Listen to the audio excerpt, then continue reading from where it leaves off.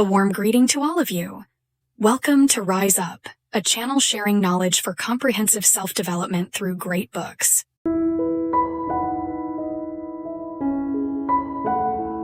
On October 10th, 1772, the great German thinker, scientist, and writer Goethe received shocking news.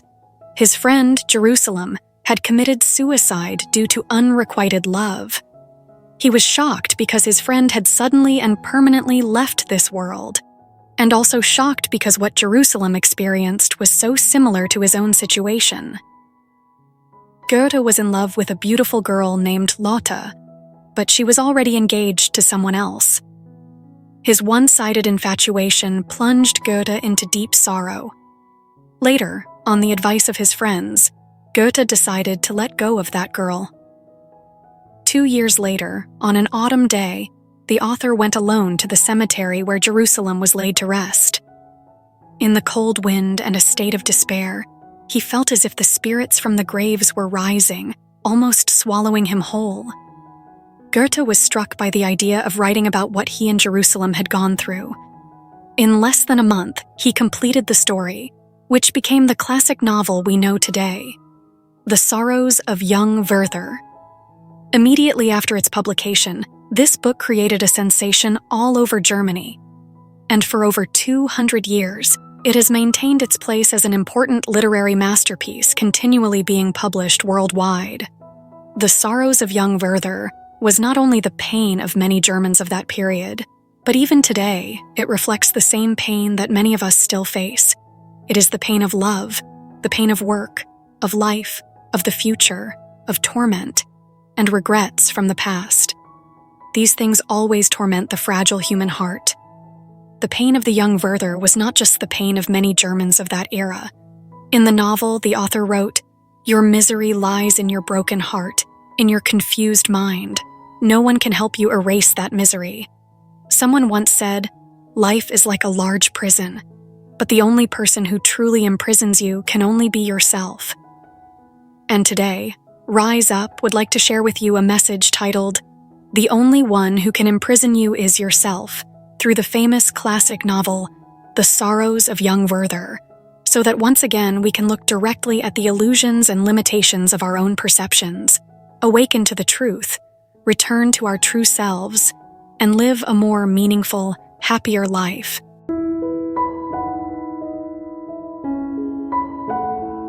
You imprison yourself with illusions. The young man Werther came from a wealthy family. Born into a society with a chaotic background, he despised the society he lived in and felt that the only way to save his soul was to retreat to the countryside and integrate himself into the life of working peasants. Thus, he decided to move to the beautiful town of Walheim. There, he lived among nature, cherished children, and had good relations with the lower-class people. One day, at a dance party, Werther met a beautiful girl named Lotte. Werther eagerly invited her to dance, shared interesting stories with her, and made her laugh radiantly. Looking into Lotte's bright eyes, he confidently believed that he must be the man destined for her. But like a lightning strike at the end of the party, Lotte said to Werther, "I should tell you, I am already engaged." His name as Albert Werther was stunned, feeling as if the sky had just collapsed. In the following days, Werther tried to distance himself from Lotte, but could not escape the illusions in his mind. When people live in illusions, they tend to overanalyze. Werther began to analyze. The way Lotte tapped her foot while dancing, she used more enthusiasm than others. When I held her hand, we looked into each other's eyes. Her gaze contained happiness similar to mine. When her carriage with her sisters passed by, only she would stick her head out to look at me a few times. After much thought, Werther refused to believe that Lotte did not love him, even taking pride in his assumptions, and the more he thought, the deeper he sank into this one-sided infatuation. One day, the two coincidentally visited an elderly woman in the village who was ill. Lotte took care of the old woman with extreme kindness and care, her eyes full of sorrow and gentleness. But Werther, standing nearby, felt that Lotte was sad because of him. Her gentle gaze, he believed, was directed at him. Returning home, He confidently told his friend, "She notices my every move. Her eyes tell me that she loves me." Werther was living in a fantasy, imagining passionate love stories, even weddings, and living together until old age. It wasn't until Lotte got married that Werther could no longer deceive himself, and as a result, he was completely shattered. At this point, you might think, this young man is so infatuated that he's delusional. I might like someone, but I wouldn't go that far. But what we are discussing here is not about illusions of what, but why there are illusions. Everyone harbors different illusions, but they all originate from one core reason. We love to fill the emptiness within us. Werther was the same. He was infatuated with Lotte because they were entirely different. Lotte was a kind, generous, gentle girl who always knew how to take care of those around her. When storms came, she hid her own fears, using her smile to comfort other girls. When villagers fell ill, she immediately visited and cared for them. And what about Werther? He brought her a few slices of lemon, but when he saw her giving them to the female friend beside her, he felt annoyed. Lotte and her fiancé remembered Werther's birthday and gave him a precious book he had long desired. Werther, receiving the gift, felt both joy and thought, "This is an insult I'm holding, a gift from an arrogant man." What attracts us are often the qualities we lack. The book, Interpersonal Attraction, talks about complementary attraction. We tend to be drawn to people who embody our ideal selves, those with qualities we long for but do not possess. These qualities reflect the desires and aspirations within us. If you are attracted to a wealthy person, it's because deep down you feel deprived. If you admire an energetic, witty person, it's because you are quiet and reserved. If you're drawn to a confident person, it's because you feel you lack courage. If you love a beautiful person, it's because you want to boost your confidence in your appearance. This admiration is not just about enjoying someone's presence. It's about wanting validation and a higher self-assessment. Admiring others' standout qualities is how we unconsciously seek balance, filling ourselves with the strengths we feel we lack. However, the universe arranges for us to meet certain people as a lesson to reflect on and recognize our true selves. Unfortunately, like Werther, we often miss this opportunity, ignoring the truth that could help us change for the better, instead choosing to protect our still incomplete inner self. And this is the true cause of illusions. Simply loving someone does not create illusions, but illusions arise when you are too immersed, too attached to that love. Because of this immersion, you start to make excuses, countless reasons to do whatever it takes to get the desired outcome. This might mean trying to impress so the other person will love you more, or like Werther, loving unrequitedly, blindly clinging to a faint hope. After being together, expectations arise, wanting to keep that person only for yourself, becoming dependent on them. If that person leaves, you will be sorrowful, unable to bear the loneliness. When in this state, it's very difficult to make sound decisions, leading one further away from the path they truly need to walk and preventing them from truly loving. If one does not intend to clearly see the truth, they will fall into an endless inner spiral, using their illusions to recall past pains, living in emotional wounds. They will constantly fantasize about good things happening, only to move on to the next person or thing to continue filling the void within. If you keep living in illusion, the truth will forever be buried. End illusions in love by first accepting an imperfect self. Ask yourself, when the relationship loses balance, why do I feel this way? What am I looking for in this relationship? Then, embrace your entire imperfect self, recognizing your limitations as the first step to growing and strengthening your inner self. This is also the challenge and lesson that we must overcome.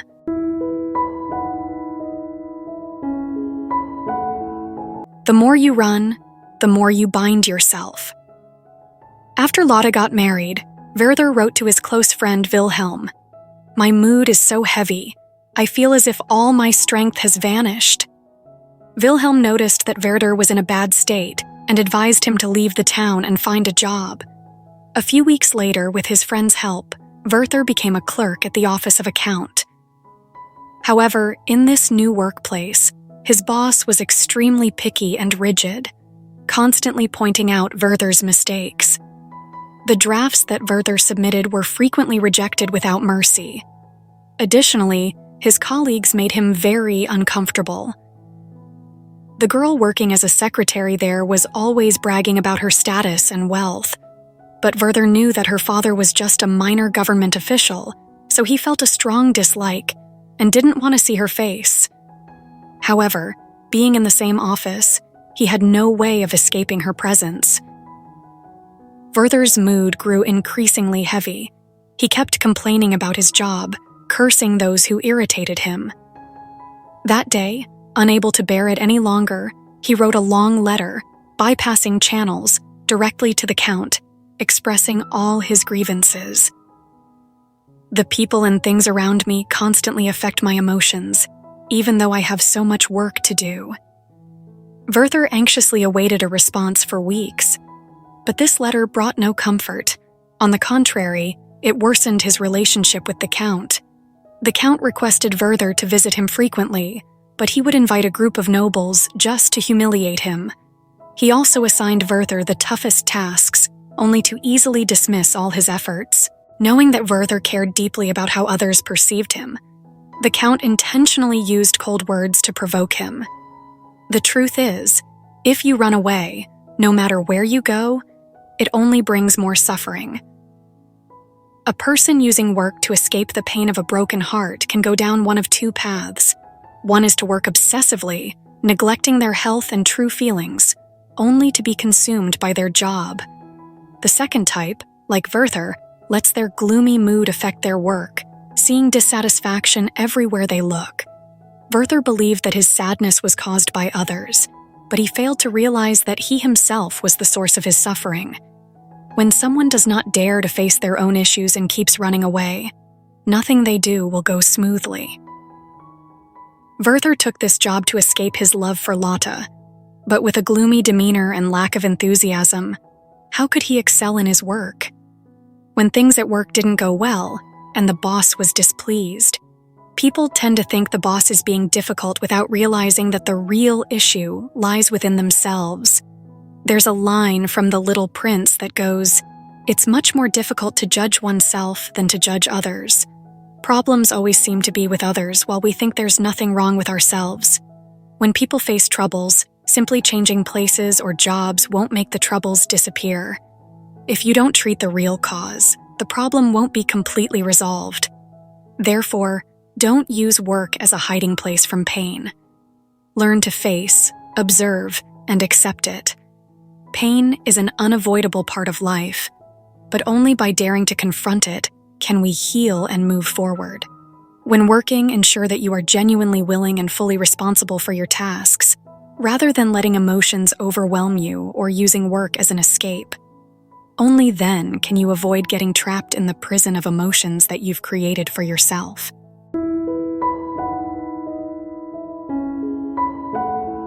Inner conflict will drown everything.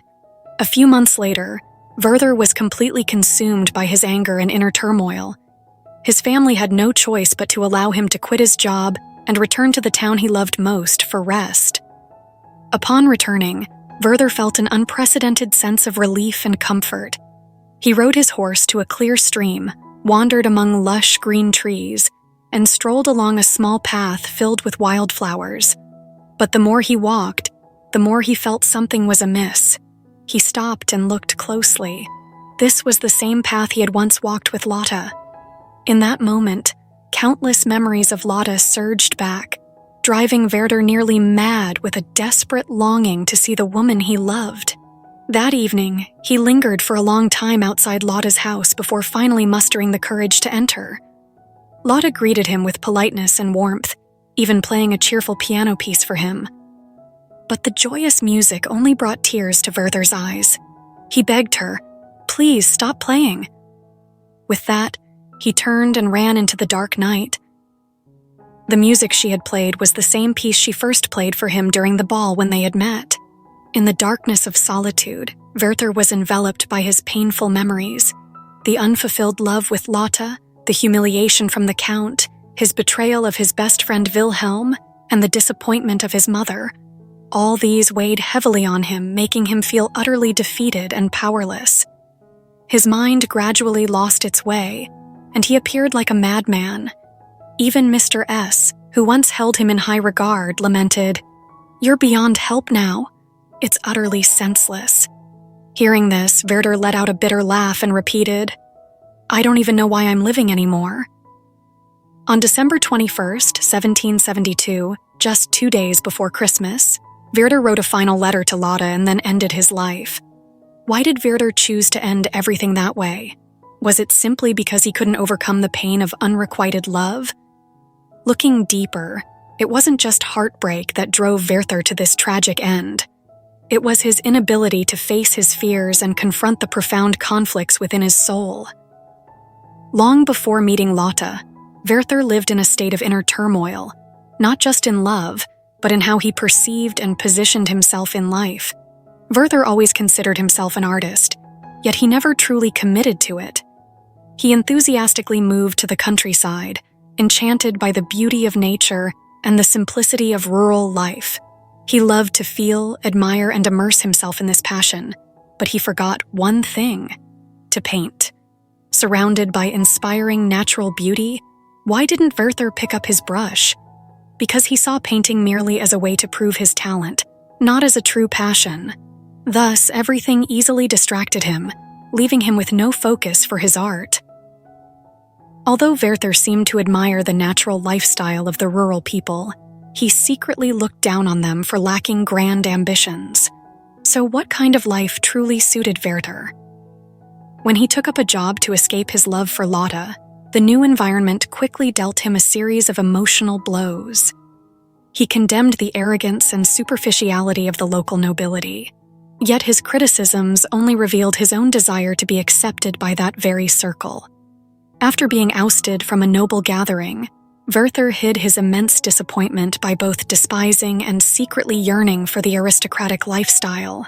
In the book, Werther frequently mentioned how this person or that person admired him, whether it was a duke, a general, or even a child.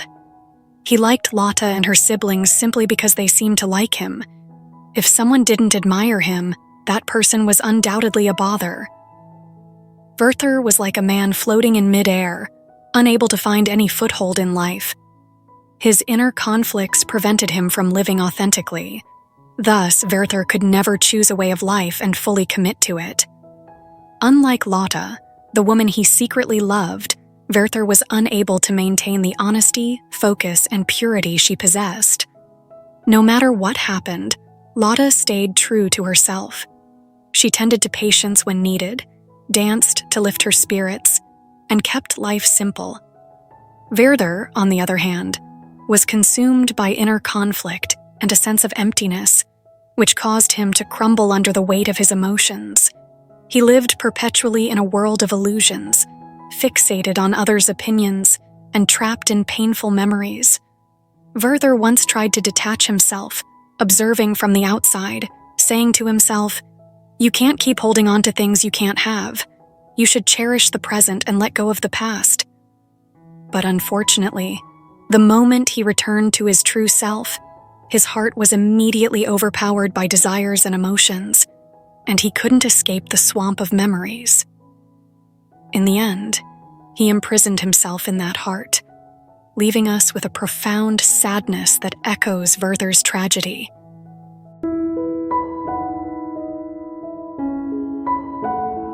After reading the story of Werther, each of us may feel different emotions and reflections. But for me, the tragedy of Werther leaves a valuable lesson. In life, we must learn to be true to ourselves. When facing love, do we truly love the person, or are we just trying to fill the empty spaces within ourselves? When interacting with others, do we live for ourselves or to satisfy their admiration and expectations? When facing work, do we do it out of our own volition or for some other purpose? Besides being honest with our inner selves, it is only when we dare to recognize and face the contradictions within us that we can avoid imprisoning ourselves in an emotional prison. And only then can we truly live in the present, free ourselves from the pain of the past. find peace in our hearts, and overcome sorrows like those Werther experienced. I hope that in the years to come, you can live with a transparent, genuine, and calm heart so that you can peacefully face and escape all worries, live peacefully, and be your true self. Thank you for listening. If you found this video helpful, please share it with those who need it. Don't forget to give me a like, hit the subscribe button, and turn on the notification bell to watch the latest videos. Once again, thank you, and I look forward to seeing you in the next videos.